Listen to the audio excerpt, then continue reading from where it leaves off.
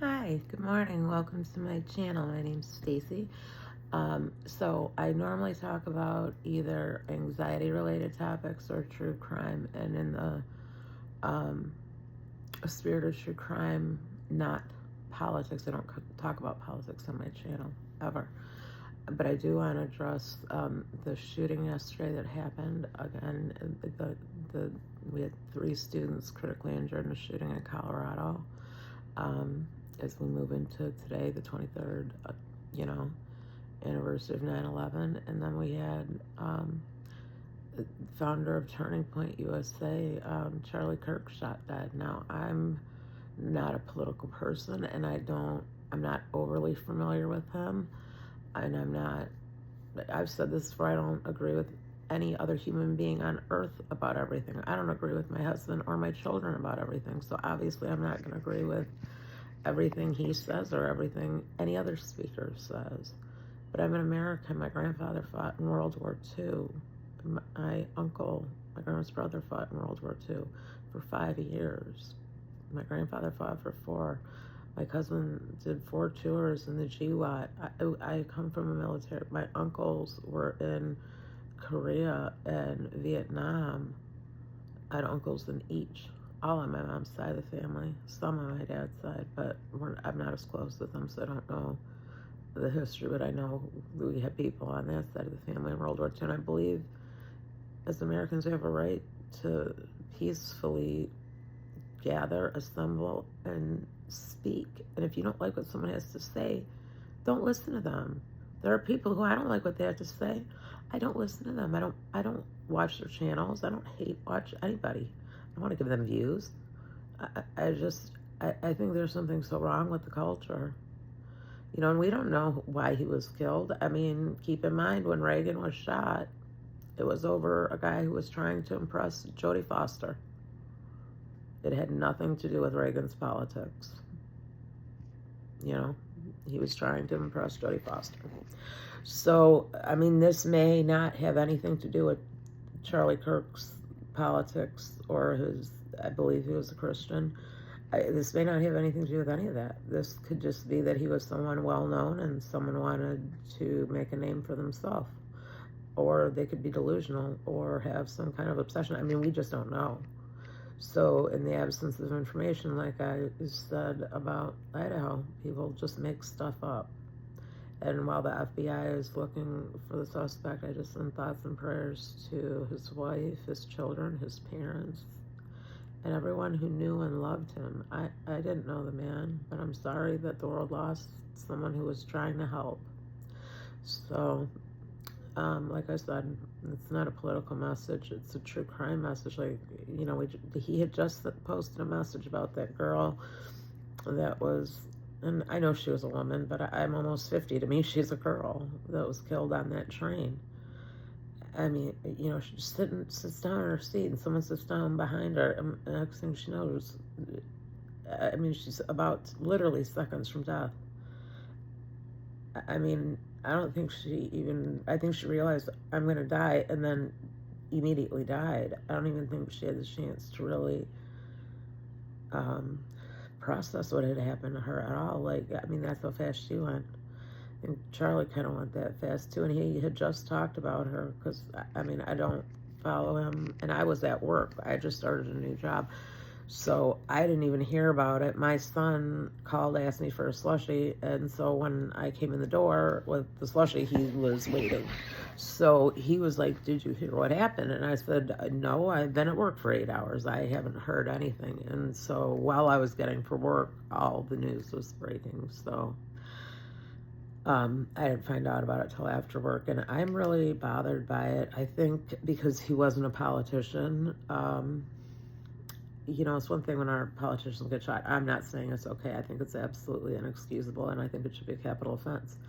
I think if you are trying to kill judges, cops, politicians, there's plenty of politicians I detest, would love to see them charged with crimes because some of them are very, very, very shady. How do you spend 30 years in Congress when you're, making, what do they make, $200,000 a year and you're a billionaire? Like, the math don't make sense on that. You know, it does not add up. Like, not all of the best investing in the world, unless you're insider trading, could you know, come up with that kind of money. That nonsense goes on both sides of the aisle. But so it's one thing, you know, we somewhat expect in America. We've had a lot of American presidents, you know, get shot. You know, we've had several assassinated. I mean, we're celebrating 250 years of a country, and I was thinking today, I wonder if we have had more presidents killed, or if the UK since 1066 has had more monarchs killed, because, you know, either in battle or overthrown. Not many. I'm guessing it's probably close, and one's a quarter of the time of the other. I'd actually have to look it up. I was curious about it, though.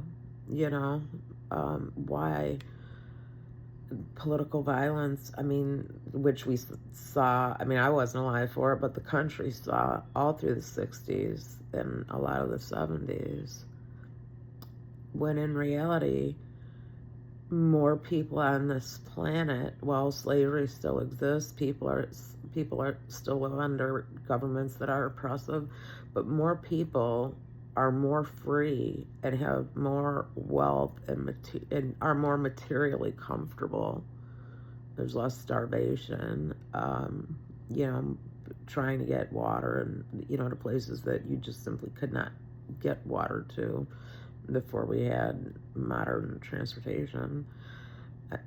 You know, and yet with all the technology, we have not really seen a decrease in the violence in our societies. It's like we see it for a little bit, and then it spikes back up. And I think we go through these phases where people really don't, and I find this is, I think, a huge problem in child rearing.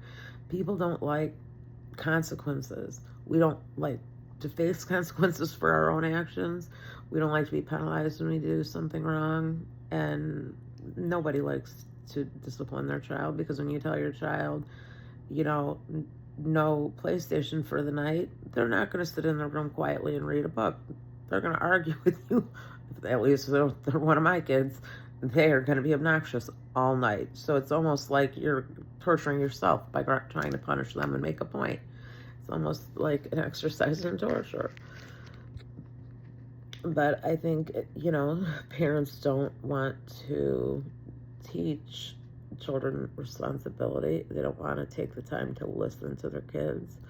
They don't teach them that just because you think a certain way, that's shaped by your experience, your life, your views.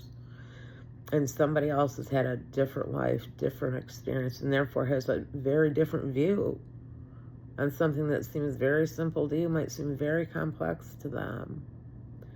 You know, if you're not familiar with domestic violence, it might just seem like, oh, well, you got beat, get out. That's not always possible.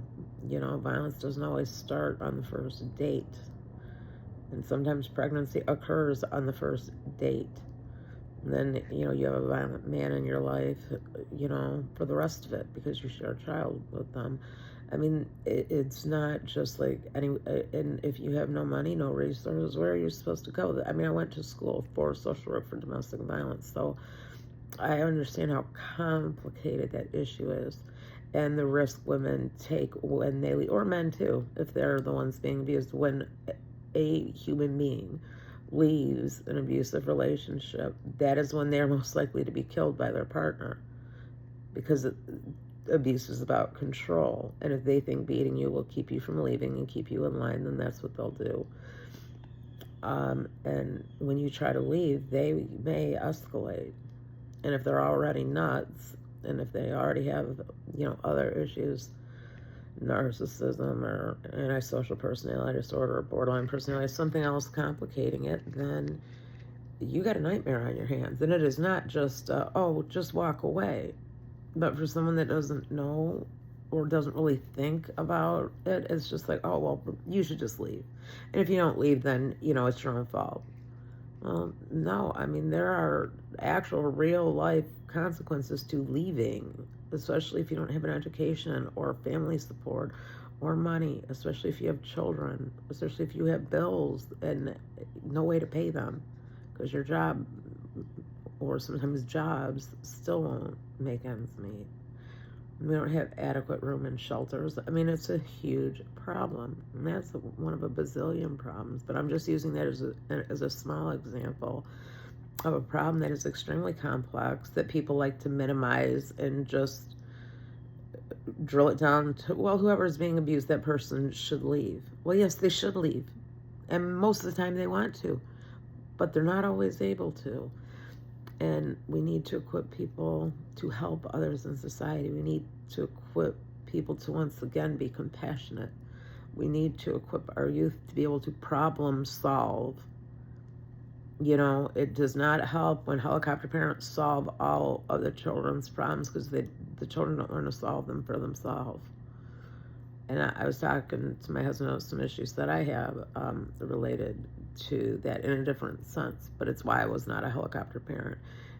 I kept an eye from a safe distance and let them see what they were going to do, and then I was right there to intervene. But, you know, I didn't immediately intervene. I wanted to give them a chance to stand on their own feet and, you know, shake it off and be okay. My kids all played sports.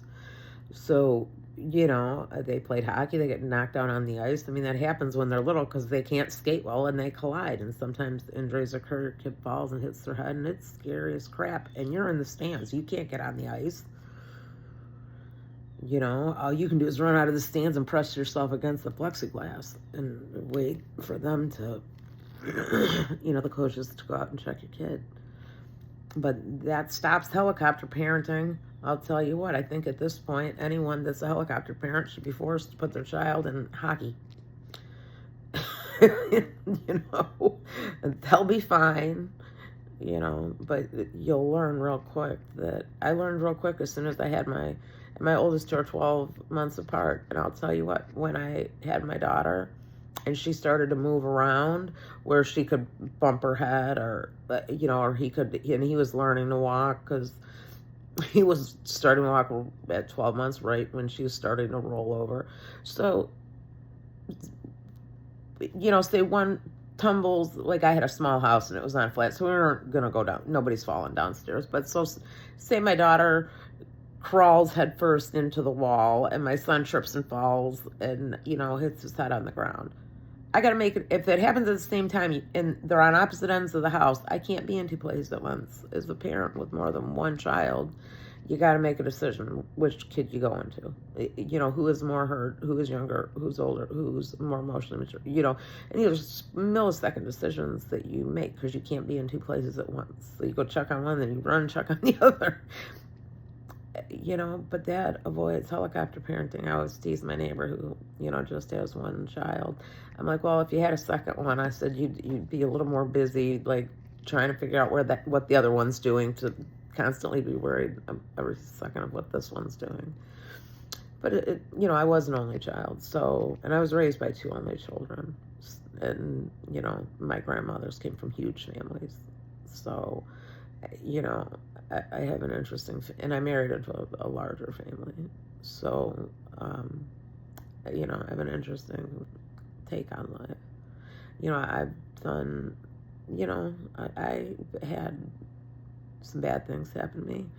I've had unfortunate circumstances. I've lived through some rough times. I've made some bad decisions. You know, I don't try to bitch and moan about, oh, my life has been so hard. I've made some stupid decisions that have cost me, you know, financially, personally, etc., as everybody else has, you know. But I try to take responsibility for that and not put it off on other people. Like, well, if you had done this for me, or if this had been better. I was bullied in school, and I went to school in a day when, you know, you were expected to deal with it. Deal with it. When I was a kid, they still paddled you in school. If you wanted to act like a flippant idiot, they'd take you out in the hallway and whack you. You know, up till I was in 4th grade, I want to say. So, and, you know, I'm really not that old. You know, I was born in the late 70s. I don't remember the Pope or Reagan getting shot. I'm not sure why the Pope was shot. I don't remember. I wasn't Catholic, and like I said, I was 2 or 3 when it happened. But we've had political leaders and religious leaders assassinated throughout history. It's not anything new. Um, but I think at least what hurts me about this is that, he's a young father. He had 2 little girls. He had a wife. I mean, if you don't like him, don't watch him. I remember having to read in both high school and college the Skokie versus Illinois case. Or I forget if it was Skokie v. Illinois or Illinois v. Skokie, but that case is disturbing on a lot of levels. It really is. But basically, the Supreme Court said, give these people the right under the Constitution that they have, but give them their permit for their little march. And if you don't like them, shut your windows, turn your TV up, and don't look at them. Ignore them. And that's really, these people want attention. You ignore them instead of trying to shout them down. A lot of times they go away. But that's we're on an interpersonal level, and I'm afraid this is going to be blown up by the politicians. I'm afraid, and I think this is just a human story. It's about someone who was controversial. Wanted to, have an open dialogue with young people, try to get them to think and use a little logic, and someone for whatever reason felt that he didn't deserve to be here any longer, and decided to take his life and take him from his children and take him from his wife. And I find that whole thing despicable. I don't care what side of the political aisle he fell on. Like I said, I knew who he was. I don't know why. I mean, it's not my content. It doesn't even come up in my algorithm. But I'm just disheartened at the state of the world today. And I don't usually do videos this long, so I may end up cutting the beginning of this into a short after I post this, because this one's going to take a while to load. I hope everybody can understand me okay. I'm still getting used to the new top teeth, and I'm lisping a little. So, hopefully when I get my bottom teeth, I'll be able to pronounce all the, words more completely, and hopefully it'll sound a little better. But anyway, I hope everyone has a good day. I work today, and then I'm off for 3, so I'll probably catch up on some of the true crime over the weekend and then put some posts up. But if you stayed to watch till the end, I hope you get something out of it. I'm just kind of letting my thoughts play. I haven't slept. This is the whole situation, the shooting, the girl that was killed on the train. And I saw an uncensored version of that. I didn't know that the YouTuber that I was watching, they didn't give a warning. And I guess because they didn't consider it really that graphic, because it wasn't like a Quentin Tarantino blood squirting everywhere. But I just didn't need to see it, So I'm just kind of in a melancholy mood. And when I'm having anxiety and whatnot, that's why I started the channel, was to help with my mental health. So I hope somebody gets something out of this. I hope maybe it makes sense to somebody. I value differences of opinions. It helps me think. I believe in public discourse. I believe in freedom of speech. I don't believe in taking people's lives needlessly. I believe in stopping violent people. Like if there would have been someone there with a clear shot that had a gun and shot him, I wouldn't have had a problem with it. Just like when some of these people, open fire in crowds and someone's got a gun and they shoot them, well, hey, the public safety. That happened in Michigan. Something happened and it was stopped by, a member of the public, who I believe was a member of the military or former member of the military. But anyway, please subscribe, and I will see you back this weekend. I gotta work till almost midnight, so by the time I get home, I'm probably not gonna make a video unless something crazy happens. Like if there's an update or something that I think that I feel that I have something to add to the conversation. What I'm trying to add to the conversation is, if you don't like someone, don't listen to them. If you don't like their content, block it so you don't have to hear it. I mean, I don't like the mainstream media, but I do listen to some channels so that I can get some information from them. But most of them are not American channels, you know. So I get U.S. politics from non-U.S. sources, which is always interesting because they don't have anything vested in it, you know. They have no emotional investment in like who wins the Senate race in Iowa. You know what I mean? So like, I like getting my news from them because even though they're mainstream media, they're independent of like, they care about what's going on in their country. That's where they're wanting to influence politics. That they may want to influence it at a more minor level here. But especially during political years, like during election years, especially during presidential election years, I never watch, if I can avoid it, the American mainstream media, because I don't want to watch the political ads and I don't want to hear the nonsense. But I do try to listen to a well-rounded point of views, because I think that's the only way you have some idea of what the heck is going on in the world, because they're all lying. So take a look at what they have in common. That's probably coordinated BS. And then fill in the blanks as you go from there. I think we're smart enough to figure it out. Most people are. But I don't know. Peace and love, man. I hope everybody has a good day. I'll see you around. Take care.